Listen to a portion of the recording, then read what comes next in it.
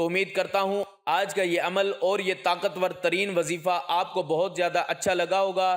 اگر آپ کو آج کی ہماری ویڈیو اچھی لگی ہے تو آپ لوگ اس ویڈیو کو اپنے دوستوں کے ساتھ، اپنے رشتہ داروں کے ساتھ ضرور شیئر کیجئے گا، حصول برکت کے لیے، صدقہ جاریہ کے لیے۔ جب آپ لوگ اس وظیفے کو پڑھ لیں تو پھر آپ لوگ دعا بھی کر لیجئے گا ایک اچھے انداز میں، انشاءاللہ العزیز اللہ پاک آپ کی ہر دعا قبول فرمائے گا۔ اس وظیفے کو آپ لوگ روزانہ کی بنیاد پر بھی کر سکتے ہیں، لیکن جو دن میں نے آپ کو بتائے اس دن ضرور کیجئے گا، آپ کو زیادہ فائدہ حاصل ہوگا۔ تو پیارے دوستو، پھر جو لوگ بھی دعا کے لیے کہتے ہیں کمنٹ میں، اللہ پاک ان سب کی تمام نیک حاجتوں کو، تمام جائز خواہشات کو اللہ پاک قبول فرمائے۔ اللہ پاک ہر کسی کی جتنی بھی پریشانیوں کا وہ شکار ہے، جو بھی دشمنوں کا شکار ہے، اللہ پاک ان سب سے اس کی حفاظت فرمائے۔ اللہ پاک ہم سب کا حامی و ناصر ہو۔ اللہ پاک ہم سب کے رزق میں، کاروبار میں بے شمار برکتیں عطا فرمائے۔ دوستو، اللہ تعالیٰ کے 99 ناموں میں سے ایک نام کمنٹ باکس میں لکھ دیں۔